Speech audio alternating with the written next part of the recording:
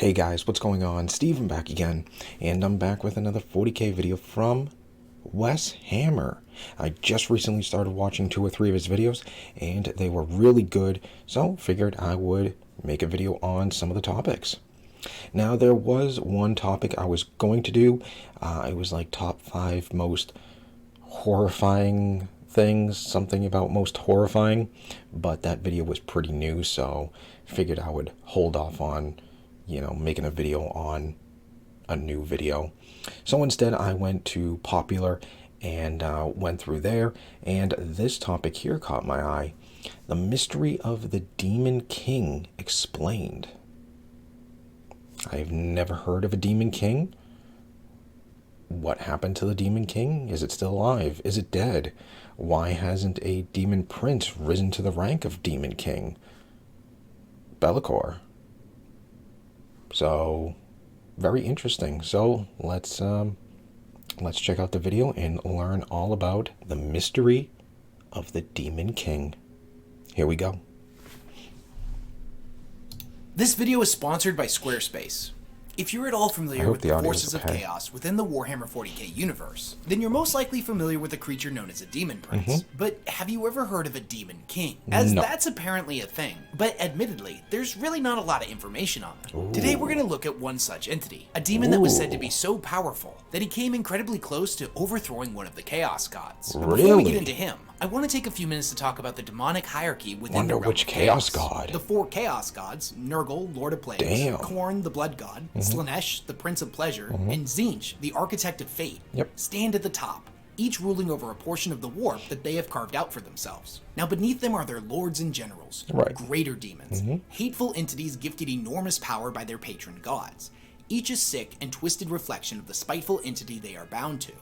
Now these creatures are often given a certain level of independence, and time again, we have seen them act against their lord's will. Now it is to be noted that this is a rather rare occurrence, but it demonstrates that they are not just mindless drones, like the vast hordes of lesser demons controlled by the gods. And beneath the greater demons are the demon princes, normally mortals that have ascended to demonhood by the will of the Chaos Gods, or such as with Be'lakor, the very first demon prince, created in tandem by all of the gods contributing a portion of their enormous power to create an unholy, blasphemous entity of intense I wonder why he destructive hasn't risen to the rank who of would Daemon then be King. withholden to all of them equally. Now for the mortal followers of Chaos, achieving demonhood and becoming a demon prince is the ultimate goal. And probably actually very hard. making it all the way to becoming a demon prince is incredibly rare. It's achieved only by a select few individuals. And most that would follow the 8-pointed path are more likely to be turned into a gibbering, slabbering chaos spawn, even if they've done everything in their pursuits absolutely correctly. The gods can be fickle like that. It is said that the sacrifices these individuals would lay at their gods' feet are on planetary scales, butchering their way across the stars, and offering figurative and sometimes literal oceans of blood and mountains of skulls to their dark masters. In exchange for their service, the Demon Prince would be granted a whole bunch of blessings, including an enormous boost in power, their own demon planet and an army of demons to command, and most importantly of all, immortality. Now, just like all demons, if a demon prince was ever to be killed in the physical universe, they would be reborn in the realm of chaos. Now, sometimes this immortality and serving their god for all time is exactly what a chaos worshipper would want. And other times, it ends up being a hellish existence that there's no escaping from. But if I'm being honest, it's normally a little of column A, a little of column B. Regardless, there is no doubt that demon princes are incredibly powerful champions of the gods. Now, way down at the bottom of the hierarchy, you have the numerous and varied entities known as lesser demons. Your foot troops, take thousands of different forms, from the bloodletters of Khorne to the tiny and voracious nerdlings, and not to mention the various menagerie of hellish warp spawn in between. These form the bulk of the armies of the Chaos Gods, the foot soldiers, set with a task of waging unending war upon their lord's siblings and the denizens of the physical universe. The hierarchy seems simple enough, but when you start to dive into the deeper lore, it starts to become a lot more malleable. Since before time, there have been entities that have swelled to power levels so inconceivable that they have sought to challenge the gods themselves. There are entities that are far more powerful than a greater demon, but aren't quite on the same scale as a chaos god. A name that I've seen kicked around for them a couple of times is that of a primordial demon. One such entity is known as the Prisoner of the Emerald Cave, a horrifying demon of Nurgle that is locked away deep in a mountain and under constant surveillance and guard by the Grey Knights. And when it comes to primordial demons like this, there really isn't much information on them, often only serving as a plot device for a single novel. So we don't know the full scale of what they exactly are. But with the Prisoner in particular, we can see that it's basically a massive Great Unclean One, just vastly more powerful and with the ability to spawn its own demons. However, we'll do a more in-depth video on him at some point in the future, because this video is all about something far more terrifying. In my reading, I've come across one entity that has a different title altogether. What is Daemon that? King, an entity known as Isairiel. But before we dive into that, here's a quick shout out to this week's sponsor. Squarespace is an all-in-one platform that makes designing your own website easy and fun. Whether you're looking to move your business online, start your very own blog, or just need a nifty portfolio to display all of your creative works. That is crazy Whatever about it is that that you're trying to do with your giant website, Nurgle Squarespace makes it easy. It's as simple as That'd be choosing cool to one of their learn more hundreds about of that. award-winning templates. And then after Prisoner that, of the everything is Emerald pretty Gate? much drag and drop. You don't need to know That's anything pretty about cool. coding or any of that really complicated stuff. As website design for a I wonder if there's first-timer any can be videos pretty on that, intense. because And that's kind of Squarespace cool has that a he can suite of spawn his easy-to-use own mobile demons. apps He's that so allow you to big. maintain and update your website from anywhere in the world, even if you don't have access to your computer. They even have this really cool video production app that allows you to make engaging content for your website, even if you don't know the first thing about fancy cameras or microphones. You can make some pretty cool stuff with just your smartphone. And if owning your very own website sounds appealing to you, then you can go to squarespace.com/Weshammer and use the code Weshammer to get 10% off your first website or domain. Thanks again to the awesome people over at Squarespace for sponsoring this video, and let's get into the grimdark. In my 15 years of reading 40k lore, Isairiel is the only entity I've ever encountered with the moniker of Daemon King, and needless to say, information on this creature is incredibly scarce. The bulk of which coming from the final book in the Eisenhorn trilogy, Hereticus. And don't worry, I'm gonna tread carefully here as to do my absolute best not to spoil any major plot lines from the series, as the Eisenhorn trilogy by Dan Abnett is, as far as I'm concerned, quintessential reading for 40k Can you just imagine fans. that It's some of in a his best TV work, show? and I'd be doing a massive disservice by spoiling it. But there will be a few mentions of a particular book and a place of importance to the Daemon King. Now, in the story, Eisenhorn, an Inquisitor and his team, are trying to track down the fabled nation of Ghoul. They study a book known as the Malleus Codicium, a demonic grimoire of dark and terrible secrets. And detailed within the pages of the grimoire are detailed depictions of powerful sorceress rituals, and a cataloged history of the warp and its denizens. The book itself is said to be thousands of years old, and by what means a person was able to learn the secrets that they jotted down within its pages is a complete mystery. In the wrong hands, the knowledge in this tome could be used to devastate entire worlds. Oh, I bet. But most peculiar of all is the depiction of Isairiel, the Daemon King. Supposedly, this Daemon King was an incredibly powerful demon of Tzeentch. That looks cool. So much so that the normal title of Greater Demon or Demon Prince doesn't really do him justice. Now, whether through giving into his own hubris or having become disillusioned with his master's teachings, the Daemon King turned against Tzeentch. He had swelled in power to such ludicrous proportions that he actually had the ability to usurp him. And Isairiel's influence must have been of a pretty insane magnitude, as he managed to turn countless demons into his service and take up arms against the Lord of Secrets.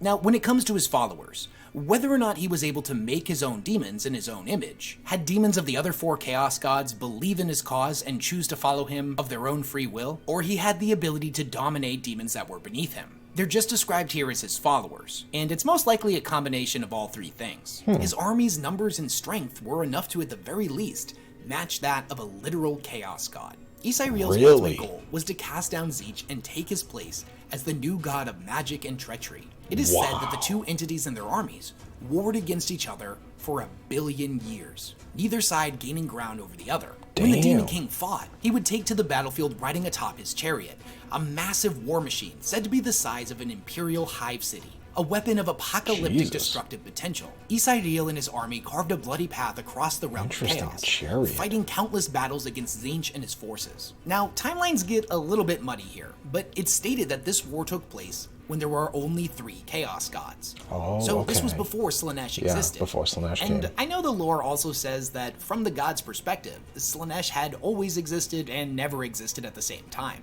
despite the fact that we here in the physical universe have a literal date when they were created. Time in the warp gets pretty weird, but from the history listed in the Malleus Codicium, Slaanesh didn't exist. So we have to do our best to kind of place an order to these events. So this would indicate to me that this billion-year war took place before the shattering of Tzeentch's crystal staff, is said to be one of the most powerful relics in any universe. The You see, at Shattering? one point, Tzeentch had gotten far more powerful than any of the other gods. This resulted Really? in Khorne, Nurgle, and Slaanesh joining forces to overthrow their brother. He feared that their combined Wow. power, at the very least, could interfere with his plans, regardless of whether they'd be able to kill him or not. So in a battle against all three, Tzeentch made a real big show of his staff being shattered into millions of pieces, each of which flew across space and time, each representing a different spell, and thus introducing magic to the physical universe. So if the Daemon King's okay. revolt happened before the Shattering, then that would mean he was fighting a fully empowered Tzeentch. Which, just imagine how powerful Tzeentch is in the story right now. That's him after he's lost the vast majority of his power. And for any demon to even be able to come close to matching one of the gods for even a minute, let alone a billion years, is an unbelievable feat. For example, Skarbrand, a bloodthirster of Khorne, and one of the most powerful playable demon characters in the 40k tabletop game, also attempted to usurp his patron god, Khorne. This took the form of him swinging at him when Khorne had his back turned. He threw all of his might into a single axe swing, a blow that was said to be so powerful that it could level entire planets, and all it managed to do was chink Khorne's armor. Khorne, enraged less by the act of betrayal and more so by the absolute cowardice of the attack, got so angry he grabbed Skarbrand by the throat. Yeah, 'cause he wasn't paying shook his attention. personality out of him and threw him across space and time for 8 days straight, like a burning comet that left an inconceivable trail of destruction in its wake. Now, Skarbrand survived, but he was left as a shell of his former self, all of his ambition having been stripped away, until there was nothing left but endless rage. Now, the he fact can't that even he really fly. survived is pretty impressive, but the battle was over in moments, before it even really began. He didn't fight against Khorne for a billion years. Now, that being said, the 2 Demon seconds. King's revolt was ultimately unsuccessful, and in a great and terrible climactic battle, he was killed by Tzeentch. His followers fled the warp in terror and sought refuge in the physical universe. There they established the capital of Gull and 6 fledgling colonies. And the world they would end up settling on was actually a planet-sized mausoleum made to house the body of their lord and his great chariot. What ended up happening to the demons that followed him is a complete mystery. But the fact that they were able to exist in the physical his universe body at is all, still around? let alone long enough to build a thriving empire, is also pretty impressive, as normally demons can't exist outside of the Immaterium without an incredibly powerful sorcerer summoning them, or some form of extreme act of blasphemy being sustained for a long period of time. This demonic world floated there in space, untouched by mortal hands, holding within its depths one of the most powerful relics the physical universe would ever see. But unfortunately, this is where our knowledge of the Daemon King ends. It's a creature shrouded in mystery. Now, the material universe in 40k is one that has enormous gaps in it. Countless records have been lost or purged during its timeline, so its long history of events can be difficult and downright frustrating to piece together. But the history of the warp is on an entirely different level. We're only given small glimpses here and there, and its history is written with enigmas instead of syllables and metaphors instead of facts. And those that seek to divine its secrets are often driven mad by the attempt. A single syllable of the demonic tongue being spoken aloud contains enough power to shatter minds and topple empires. Needless to say, the truth of Ysadio will likely always remain a mystery to us. But this illustrates that there are creatures out there strong enough to challenge the gods themselves. And if one such individual rose to power before, it could certainly happen again And that in the looks future. badass. And whether or not this demon would seek to usurp one of the Chaos Gods, or become an entirely new one altogether, the cascading series of events that would follow this would have apocalyptic consequences for the entirety of our universe. Now that If you enjoyed would this be an video, it would interesting mean the world to me event. if you dropped a like on it. It helps out my channel a lot and helps to push this video even further. Okay, so there we go. That was very interesting. Now that would be a huge event, because what do you say? If it did, let me just go back a little bit here and replay what he said. Before, it could certainly happen again in the future. And whether or not this demon would seek to usurp one of the Chaos Gods, or become an entirely new one altogether, the cascading series of events that would follow this would have apocalyptic consequences for the entirety of our universe. Okay, so what if he did? Such individuals likely always remain a mystery to us, but this illustrates that there are creatures out there strong enough to challenge the gods themselves. And if one such individual rose to power before, it could certainly happen again in the future. Oh, okay. So it could potentially happen again, and if it did and overthrew one of the gods, That would be huge. That'd be a huge, I think a huge event. I think that'd be like right up there with like what, like the War in Heavens, the Horus Heresy, you know, one of those big, massive events. Can you just imagine if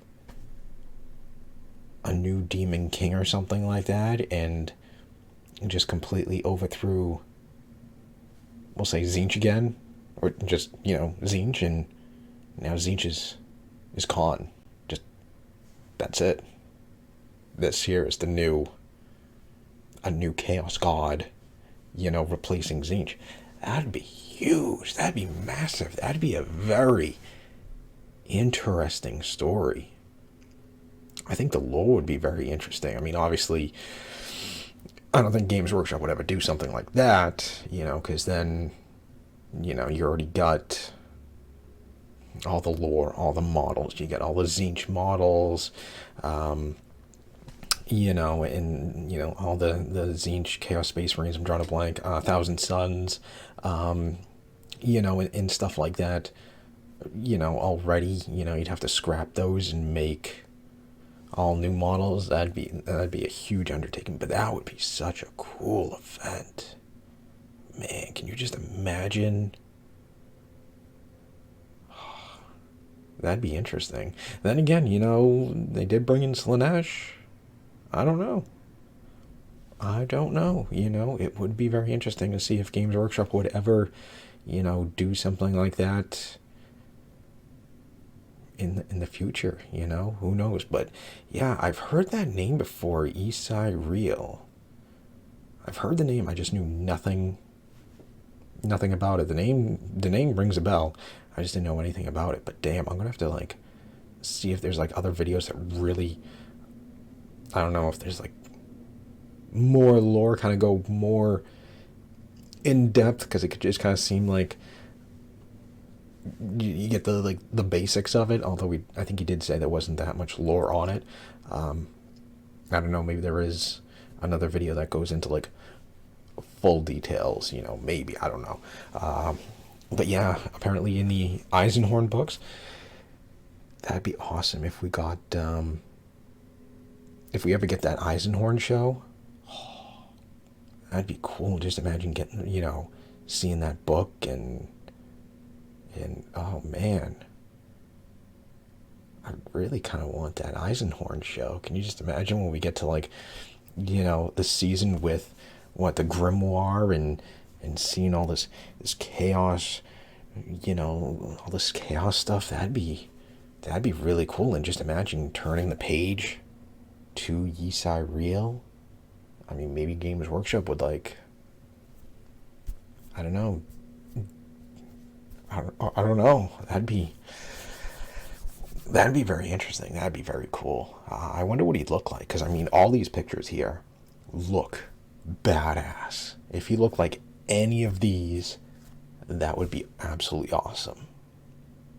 I mean, who knows? Who knows whatever will happen? I mean, we got Primarchs returning and Demon Primarchs returning. We got Angron coming back and rumors of the Lion returning and all these Primarchs all of a sudden coming back.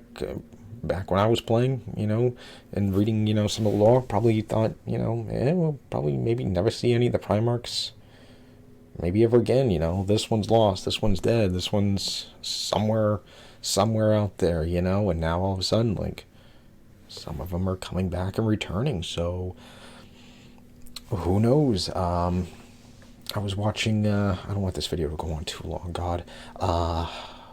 Whose video was it? I think it was Valrak, and he was talking, I think of one of the Ark of Omen books.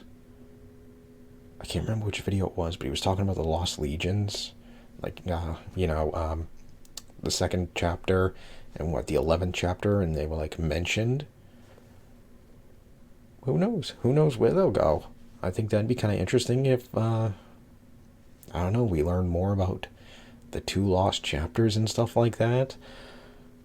Who knows where Games Workshop will take this story, but I think that'd be very interesting. Alright, that's enough that's enough rambling for me. You know, I could sit here and just, you know, keep talking about how interesting, you know, stuff like that would be. But yeah, man, if he looked like any of these pictures, that would be badass. Especially, oh God, which ones? They all look so cool. This one here looks really badass. That that looks cool too. That just looks like a big badass knight, a demon knight. You know. All right. So, anyways, yeah, that's enough rambling from me. Let me know, what do you guys think? Have you ever heard of the Daemon King, Ysairiel? What do you think about the lore and him almost overthrowing Tzeentch? Do you think something like that could ever happen? You know, maybe not now, but maybe sometime in the future. Do you think all 4 of the Chaos Gods will stay the same, or do you think Games Workshop will ever overthrow and replace one of them? You know, I mean, like I said, Slaanesh came in, all new Chaos God. Do you think they could ever replace one of them? I think if they ever did, obviously it wouldn't be Slaanesh because that one's too new. But yeah, how would you feel if a new entity or demon came in and had a war with Tzeentch and replaced Tzeentch? Would you like it? Would you not like it? What would you think about that? Would you be for it? Would you be against it? Let me know. All right, so anyways, there we go. The mystery of the Daemon King. That was very interesting. That was very interesting. I wish I could learn more about Ysairiel, because that was awesome. So anyways, I hope you guys enjoyed the video. If you did, hit that thumbs up button. That'd be awesome. Remember, feel free to subscribe to my channel. Follow me on social media. Links are in the description box below. And, of course, leave me all your thoughts and comments. And, yeah, join me on my Discord channel. Like I said, I've been trying to get more active over on Discord. So if you want to chat more, suggest topics for videos and stuff like that, head over to my Discord. There should be a link in the description box below, or in my community tab. There should be a link there. So, you know, feel free to come and join. And other than that, yeah, just stick around. More videos are on the way. And I will see you guys next time.